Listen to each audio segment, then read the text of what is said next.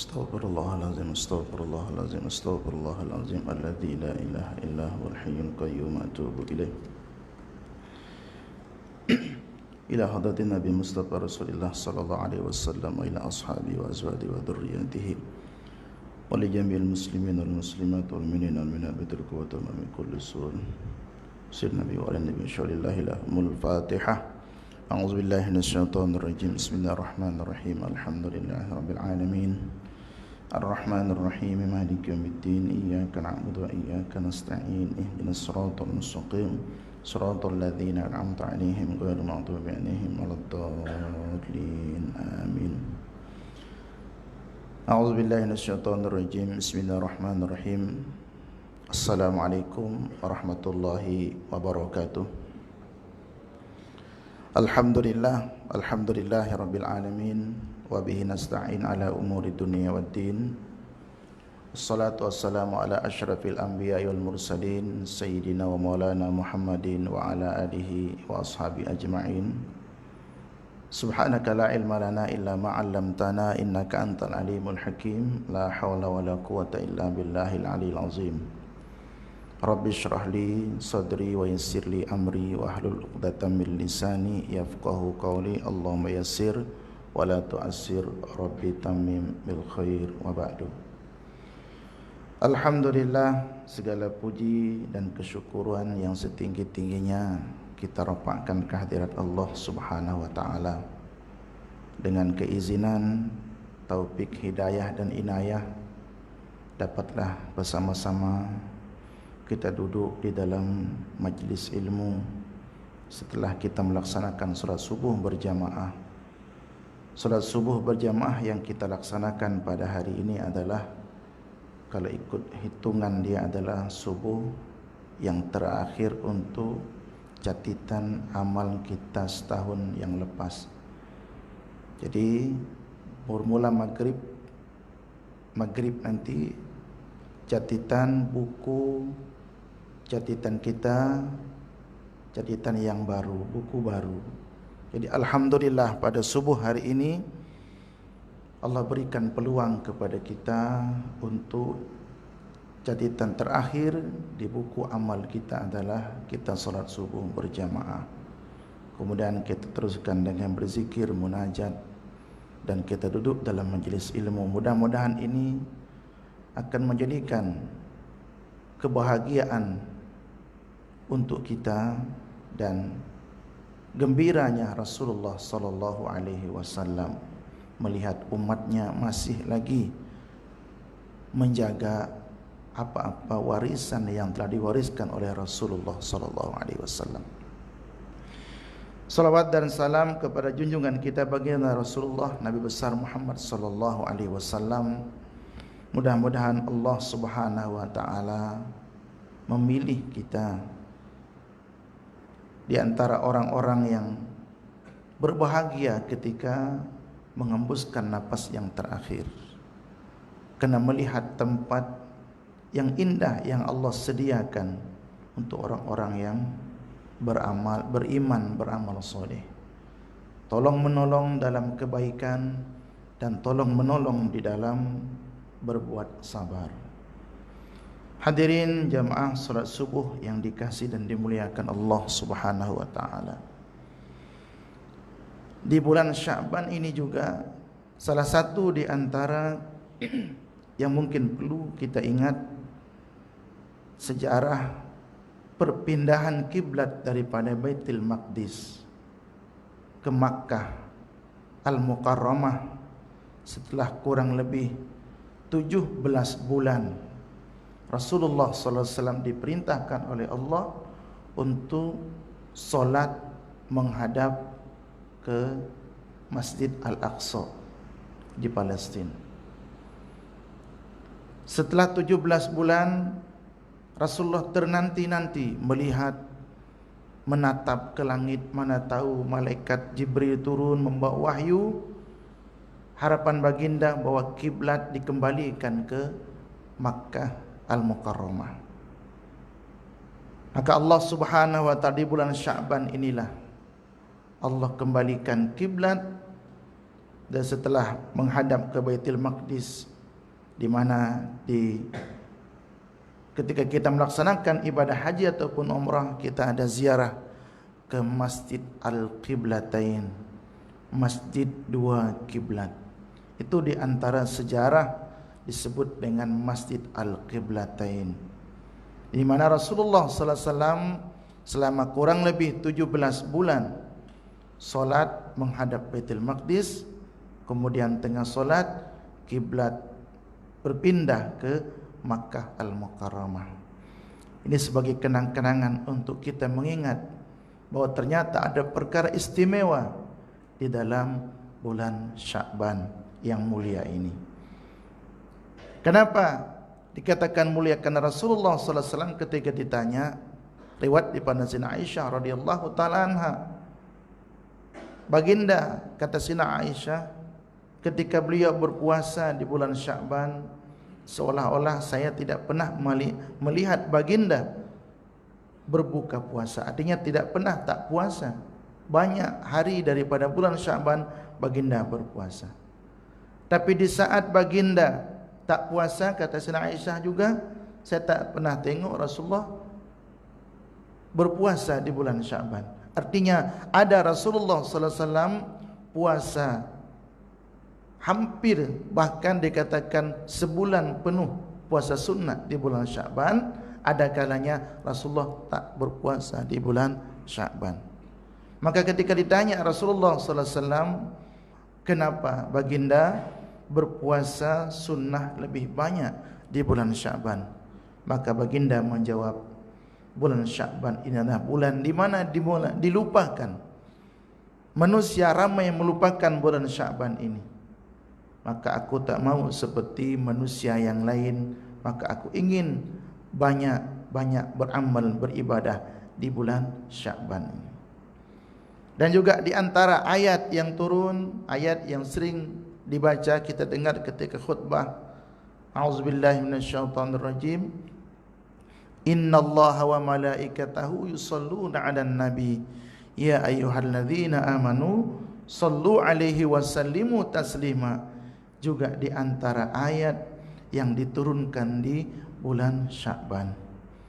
Maka para ulama katakan bahwa bulan Sya'ban ini adalah bulan untuk membanyakkan salawat, karena perintah salawat dan salam kepada junjungan kita Rasulullah sallallahu alaihi wasallam adalah turun di bulan Sya'ban. Jamaah hadirin wal hadirat yang dimuliakan Allah Subhanahu wa taala.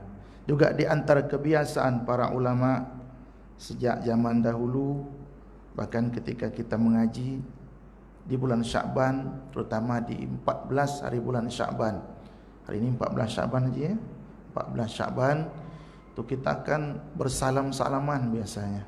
Kita minta ampun dan maaf atas segala salah dan silap, sebab kita menutup buku lama, catatan lama untuk membuka lembaran buku baru. Jadi maghrib malam ini itu adalah buku baru, catatan dia.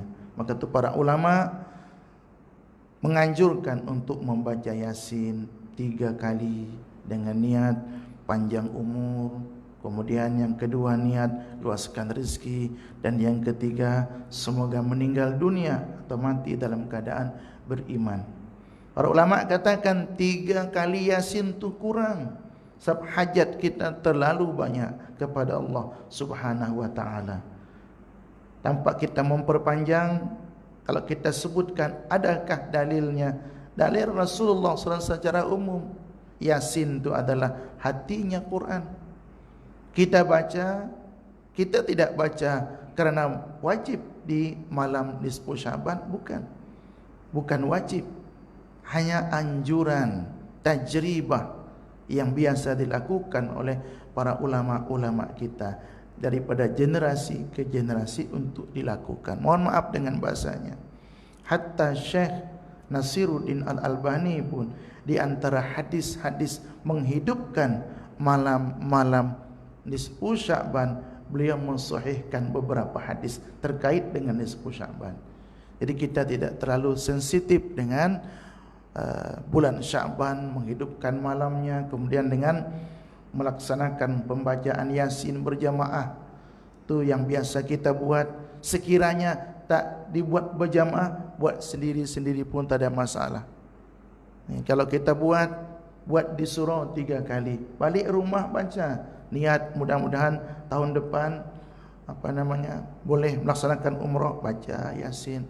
Niat tahun depan mudah-mudahan Allah kurniakan untuk kawinkan anak, baca Yasin. Artinya niat sebanyak-banyaknya. Tapi yang intinya kata para ulama 3, yaitu panjang usia atau panjang umur. Kadang tidak ada manfaat niat apa tahun hadapan kalau umur tidak ada. Jadi minggu lepasnya Ustaz Dr. Syihabuddin Muhaimin yang kenal itu teman saya ketika pergi melaksanakan umrah tahun 2015 kata silap, itu bersama beliau menjadi mutawib. Dr. Syihabuddin Muhaimin telah meninggal dunia. Ramai para ulama-ulama kita yang telah meninggalkan kita. Jadi maka itu tuan-tuan, kita ambil kesempatan, walaupun dalam keadaan kita terhad yang seperti ini, tetap kita tidak melupakan. Jadi mudah-mudahan Allah cepat angkat ujian ini, Allah angkat bala ini, sehingga kitalah dapat melaksanakan ubudiyah, ibadah dengan sempurna. Ramadan dah hampir dah dekat. Kita berdoa kepada Allah agar kita disampaikan ke bulan suci Ramadan, sebagaimana Allah telah sampaikan usia kita. Sampailah ke bulan Sya'ban ini. Di pertengahan Sya'ban besok disunnahkan kita berpuasa. Catatan amal baru kita besok, mulakan harinya dengan berpuasa sunnah. Sunnah, bukan wajib. Jadi seandainya selepas itu, kalau kita tak ada kebiasaan sebelum Sya'ban, tak pernah puasa sunnah, tak pernah puasa Senin Khamis, maka dilarang untuk puasa sunnah selepas 15 hari Sya'ban berlalu. Kalau tak ada kebiasaan sebelum nisfu Sya'ban, tak pernah puasa Senin Khamis misalkan. Tapi kalau ada kebiasaan, teruskan, silakan. Maka kata Imam Ahmad bin Hanbal rahimahullahu ta'ala, beliau memakruhkan kalau puasa daripada bulan Rajab, bulan Sya'ban, bulan Ramadan. Beliau makruhkan full 3 bulan itu. Kata beliau, kalau nak juga menghidupkan 3 bulan ini, kena bulan Rajab bulan mulia, bulan Sya'ban pun bulan yang tersembunyi kemuliaannya, hanya orang-orang khusus yang mengetahuinya. Bulan Ramadan kita tahu bulan mulia. Kalau kita puasa 3 bulan, kata Imam Ahmad, kena buka 1 hari. Buka maksudnya di bulan Sya'ban, karena kita tidak perlu qada. Kalau buka di bulan Ramadan, kena qada, karena dia wajib. Jadi supaya menghilangkan kemakruhan itu, kata Imam Ahmad, puasalah 3 bulan tapi kena buka 1 hari. Artinya apakah di Rajab yang tak sempurna ataupun di Sya'ban. Maka itu tuan-tuan rahimakumullah, kita sama-sama menghayati, kita berharap agar Allah Subhanahu wa taala sentiasa memberikan kepada kita kekuatan untuk menghadapi ujian dan dugaan ini. Kita tetap bersabar, kita patuhi segala hukum hakam Allah, dan juga kita patuhi apa-apa yang telah digariskan oleh kerajaan kita untuk menjaga kesihatan dan seumpamanya. Ini sebagai syarat untuk kita boleh melaksanakan membuka masjid dan surau dan seumpamanya. Hadirin hadirat rahimakumullah, dengan kitab Tarikhul Khulafa,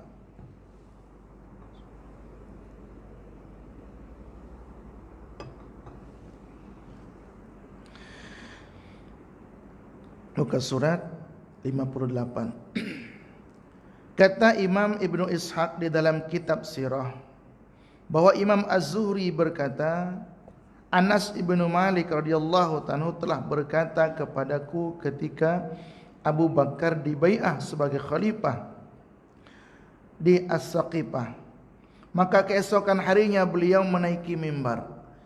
Jadi para ulama-ulama kita dahulu, para khulafaur rasyidun, ketika mereka dilantik menjadi pemimpin itu dah semenjak zaman dahulu. Karena mereka merasakan satu amanah yang sangat besar ketika mereka mendapatkan jawatan.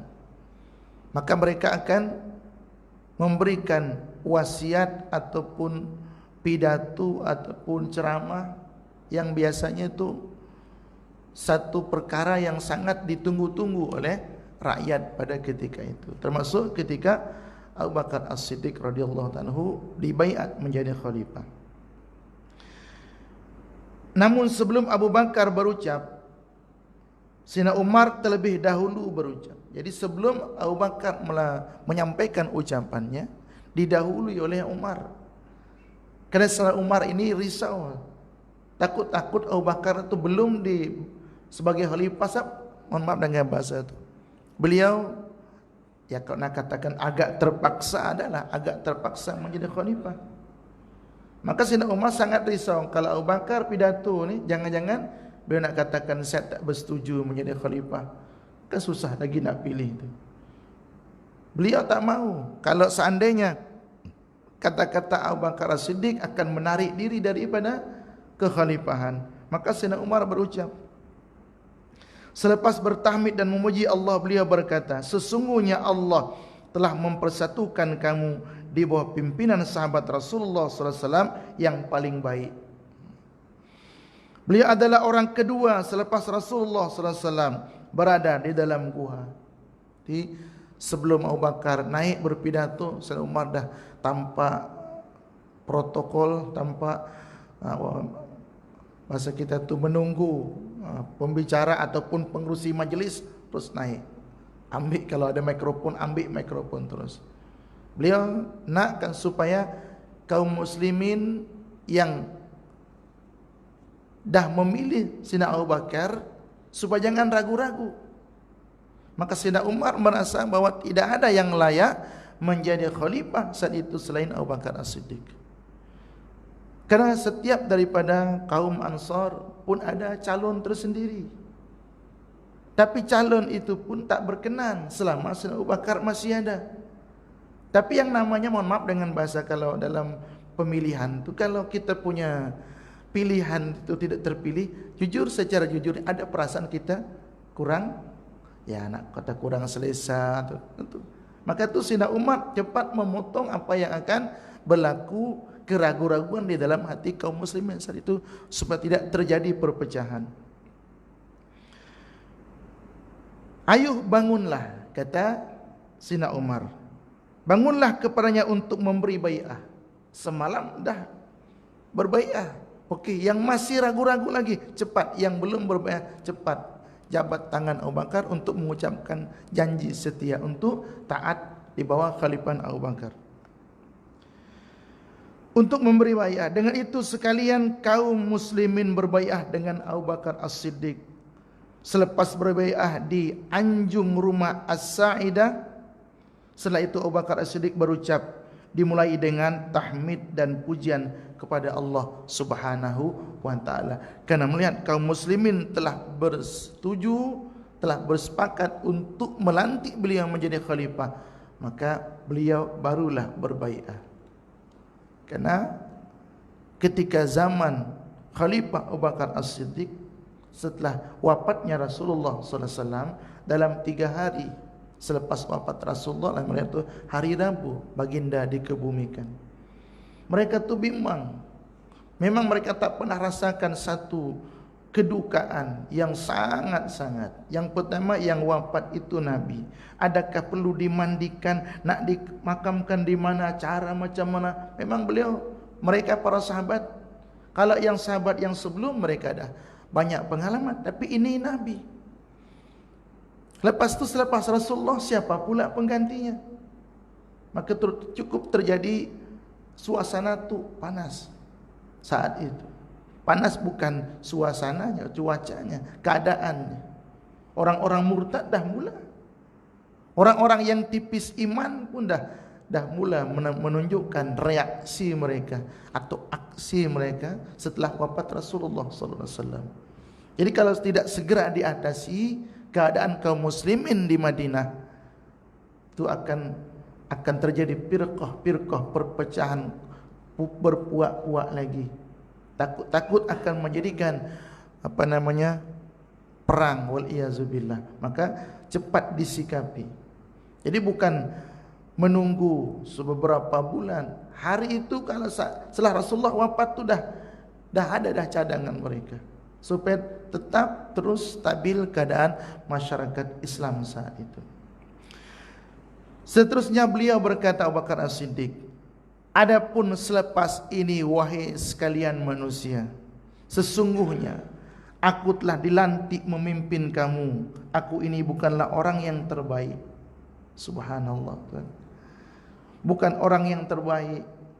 Padahal siapa selepas Rasulullah, ijma' para sahabat, majoriti, bukan majoriti, sepakat para sahabat, selepas Rasulullah SAW, manusia terbaik itu adalah Abu Bakar As-Siddiq, yang bersama dengan Nabi ketika dikejar oleh kaum kufar Quraisy untuk dibunuh. Dan Rasulullah sallallahu alaihi wasallam mengatakan, tutup semua pintu yang menghalang ke Masjid Nabawi kecuali pintu Abu Bakar. Kata Rasulullah sallallahu alaihi wasallam, kalian dulu menghalau aku, bahasa kurang lebihnya, kalian tidak ada yang mau menyantuni ketika saya meminta untuk ditolong, untuk dibantu. Jangankan harta, tapi semua itu dilakukan oleh Abu Bakar As-Siddiq. Ditolong. Hartanya, poket Abu Bakar itu seperti poket aku, kata Rasulullah sallallahu alaihi wasallam. Bahkan beliau mengawinkan saya dengan anaknya, kata Rasulullah sallallahu alaihi wasallam. Nak mengangkat Abu Bakar As-Siddiq. Tapi ketika Abu Bakar dilantik menjadi khalifah, beliau katakan, aku bukanlah orang yang terbaik. Tawadu Abu Bakar As-Siddiq radhiyallahu taala anhu. Dan beliaulah yang menegur Rasulullah sallallahu alaihi wasallam ketika pada perang Badar. Nabi berdoa sampai jatuh rida baginda. Sebab baginda betul-betul melihat hanya pasrah kepada Allah. 300 orang dan 313 melawan 1000 pasukan kufar Quraisy yang lengkap dengan persenjataannya. Maka tidak ada permintaan yang memang betul-betul tulus, hanya kepada Allah. Walaupun tak bahan bahasa logik kita, takkan Allah nak biarkan nabinya kalah dalam perang Badar. Tapi Rasulullah tetap syariat itu beliau laksanakan ikhtiar, mohon kepada Allah Subhanahu wa taala. Ketika para sahabat ditanya, dibuatkan tempat yang agak tinggi di medan perang Badar. Ditanya siapa yang bertugas untuk menjaga Rasulullah sallallahu alaihi wasallam. Tak ada seorang sahabat pun yang berani angkat tangan. Maka Abu Bakar mengatakan, saya bersedia untuk menjaga Rasulullah, mengomando peperangan. Jadi luar biasa perjuangan Abu Bakar As-Siddiq radhiyallahu taala anhu. Kiranya aku melakukan kebaikan, ayuh bantulah aku. Sekiranya aku melakukan keburukan, segeralah kamu perbetulkan aku. Kebenaran itu adalah amanah, dusta itu adalah khianat. Orang yang lemah di sisiku menjadi kuat, hinggalah dapat aku selesaikan haknya insya-Allah. Manakala yang gagah di sisiku menjadi lemah, hingga dapat aku ambil hak orang lain daripadanya insya-Allah. Jadi itu yang menjadikan mereka para sahabat yang mungkin ada titik-titik lemah ketika setelah ditinggal Rasulullah sallallahu alaihi wasallam. Bagaimana tidak, tuan-tuan rahimakumullah. Dalam riwayat ada sahabat yang bahasa itu meminta kepada Allah, tak mau hidup lagi. Allah cabut seketika itu juga. Mereka katakan, saya rasa tak mau hidup selepas Rasulullah wafat. Ya Allah, kau cabutlah nyawaku, meninggal dunia. Ada yang memilih untuk buta, selepas Rasulullah tak ada siapa lagi yang akan aku tak mau ditarik, maka beliau jadi buta seketika. Memang betul-betul guncang. Maka kalau Abu Bakar As-Siddiq tidak bertindak segera pada saat itu, Bagaimana keadaan Sayyidina Umar sambil menghunus pedang, cari siapa yang berani kata Muhammad dah wafat, akan dipenggal batang leher. Memang betul suasana yang sangat mencekam.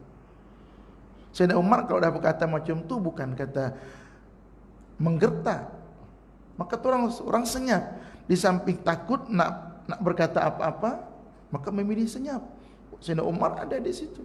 Tapi Sayyidina Abu Bakar dengan berani, dengan tegas mengatakan, menyedarkan Sayyidina Umar, siapa yang menyembah Allah, Allah tidak akan pernah mati. Siapa yang sembah Muhammad, Muhammad telah wafat. Ini yang menyedarkan Sayyidina Umar Ibn Khattab dengan ayat, apa ayatnya? A'udzubillahi minasyaitonirrajim. Allahu Akbar. Lupa ayat. Maka kata Sayyidina Umar Ibn Khattab radhiyallahu taala anhu, seakan-akan ayat ini baru hari ini turun. Terjatuh pedang di tangan Sayyidina Umar Ibn Khattab dan berlutut beristighfar kepada Allah. Dan beliau katakan, seakan ayat ini baru hari ini turun. Yang sebelum-sebelum tu, apakah tidak menyadari, karena begitu goncangnya perasaan beliau. Maka Abu Bakar As-Siddiq lah yang menenangkan keadaan itu. Tidaklah sesuatu kaum mengabaikan jihad ke jalan Allah kecuali Allah humbankan kehinaan ke atasnya, dan tidaklah berluasa kejahatan di dalam satu kaum itu kecuali Allah limpahkan bala kepadanya. Sebab setelah Rasulullah wafat, Sayyidina Abu Bakar As-Siddiq menjadi khalifah. Terang-terangan Musailamah Al-Kadzab mengisytiharkan dirinya menjadi nabi. Yang sebelum Nabi wafat pun beliau dah katakan kepada Nabi Muhammad. Tapi Nabi katakan apa? Wahai Musailamah, kalau sebilah beliau tunjukkan kayu siwak. Kalau kayu siwak ini kamu nak minta sepotong je, aku takkan bagi kamu. Karena kalau yang telah dianugerahkan kepada Allah, aku tidak akan bagi kepada sesiapa, apalagi kenabian. Maka Musailamah Al-Kadzab setelah dapat keyakinan, tahu daripada Rasulullah, takkan Muhammad nak bagi kenabian separuh-separuh.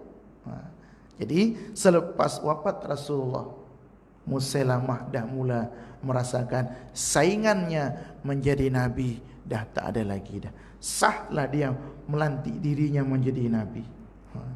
Maka dalam riwayat Musailamah Al-Kadzab, kalau kita ada ayat, apa ayatnya? Al-Qari'ah mal-Qari'ah. Dia buat ayat apa? Ad-dibda wa mad-dibda. Itu kata artinya.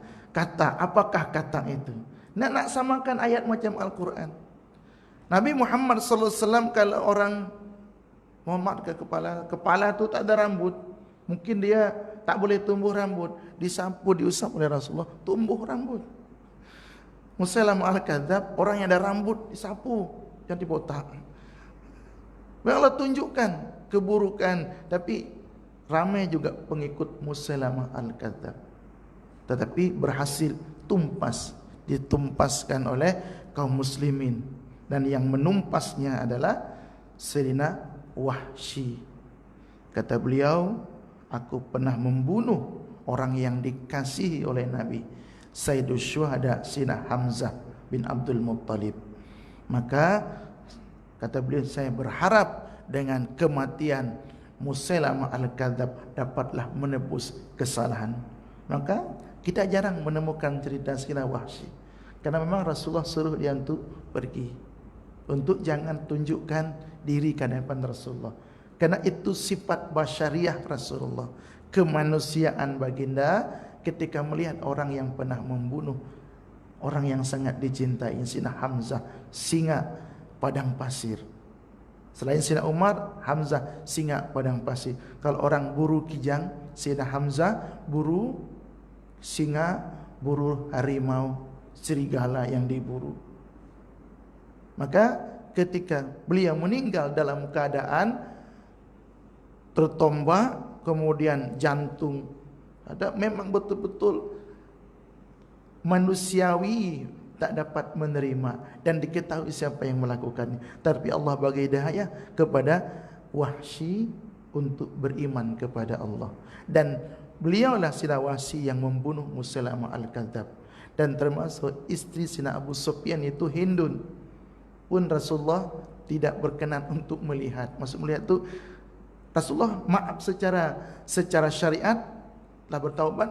Nabi SAW bersabda, Al-Islamu yahdimu ma qablah. Islam itu menghapuskan apa-apa yang sebelumnya, dosa, kekafiran, kemaksiatan dihapus oleh Islam. Tapi secara manusia Rasulullah susah untuk melupakan. Sebab jasad Sina Hamzah tu dengan teruk. Kalau setakat terbunuh dengan tombak biasa dalam medan peperangan. Tapi kalau jantung dikeluarkan itu yang tak dapat. Akhirnya sejarah itu pun tidak dapat kita melihat perjalanan Sina Wahsy selepas beliau memeluk Islam. Tapi beliau membuktikan beliau adalah penombak yang handal. Kalau bahasa tu bidik betul kalau menombak. Kalau mana yang beliau sasar tu 99.9 tu tak ada yang luput daripada sasaran Sina Wahsy. Kalau kita tengok kalau dalam filem lah, dalam filem tu macam mana Sina Wahsy itu. Maka tuan-tuan rahimakumullah, ketika Rasulullah SAW wafat, naik Khalifah Abu Bakar As-Siddiq, Rasulullah telah menghantar pasukan Sina Usamah bin Zaid untuk pergi untuk berperang. Nah, tugas pertama Abu Bakar selain daripada menghapuskan orang-orang murtadin yang tak mau lagi bayar zakat, kena si Musailamah katakan zakat dah dihilangkan, puasa Ramadan, solat dikurangkan. Siapa yang tak suka? Maka kita tidak heran sangatlah ketika di akhir zaman ini ada orang yang mengaku jadi nabi dan seumpamanya, ramai juga yang mengikutinya. Dan sunatullah, setiap penyesatan itu ada yang mengikutinya.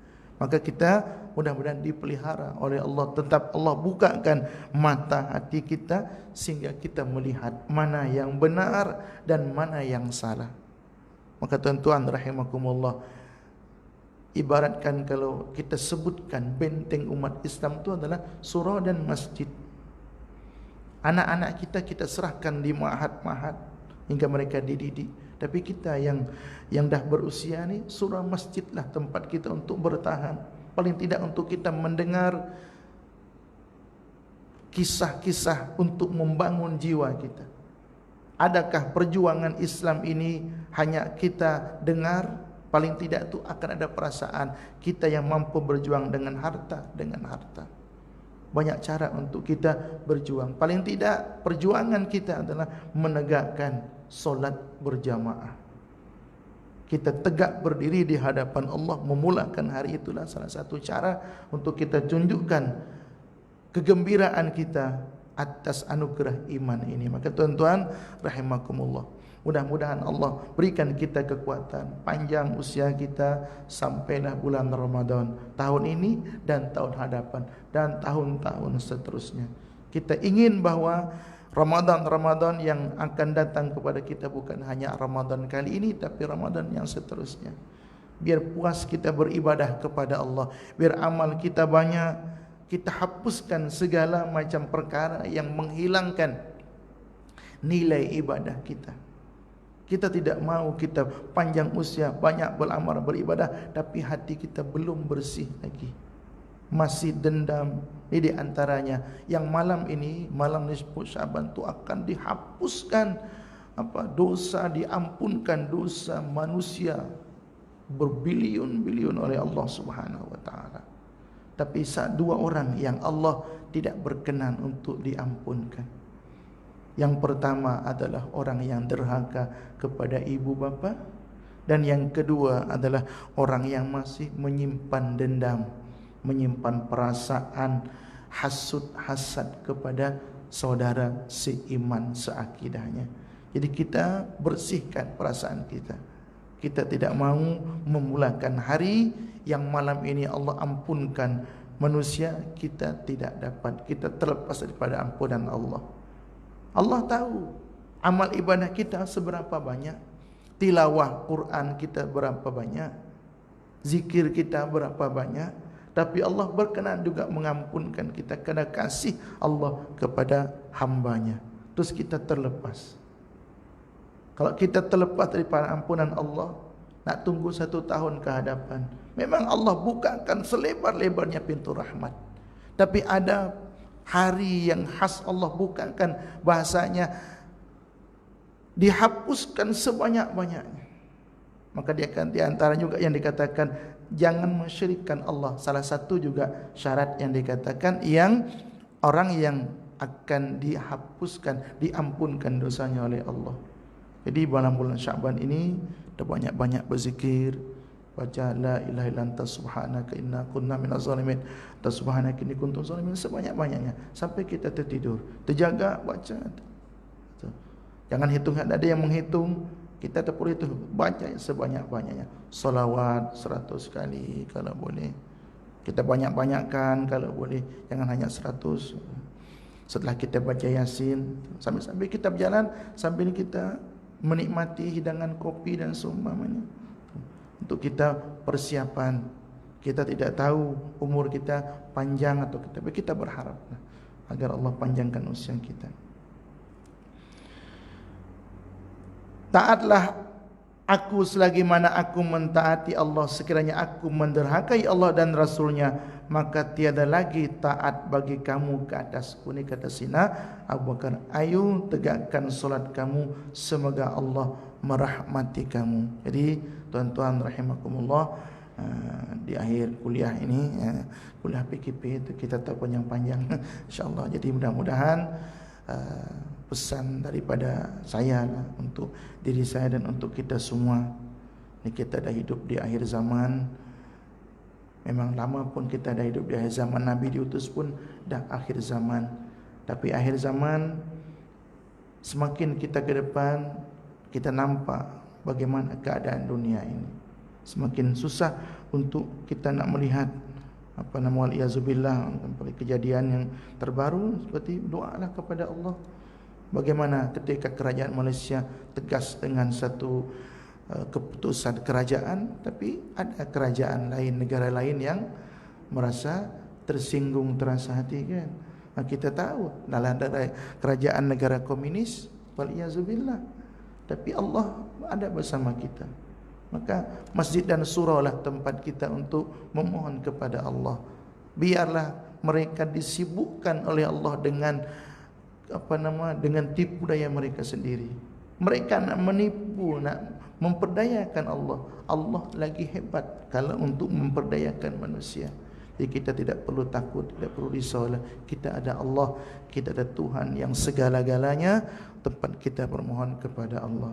Biarlah kerajaan yang mengatasi. Tapi yang pasti kerajaan telah menunjukkan dengan ada marwah diri yang bersalah.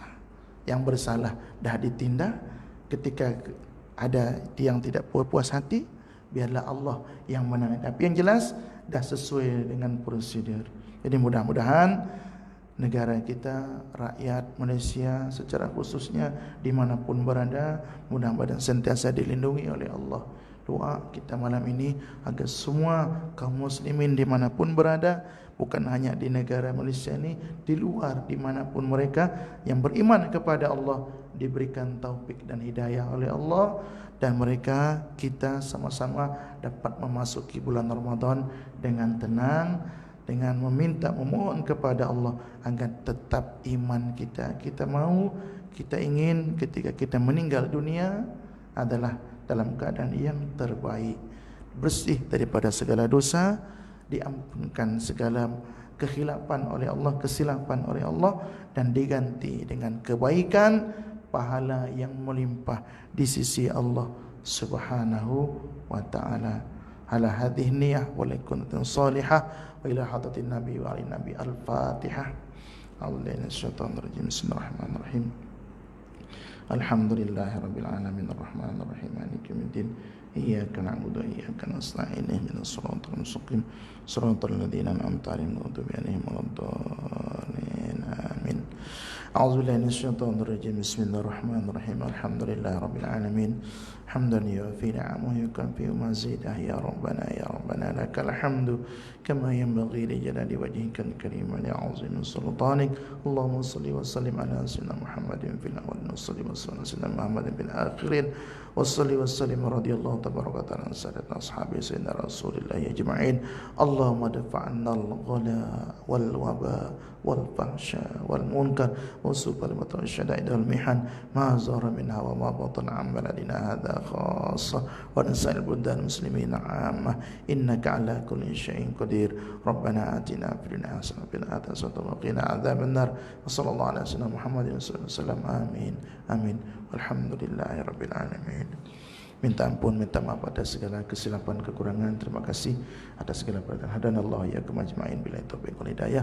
Wassalamualaikum warahmatullahi wabarakatuh.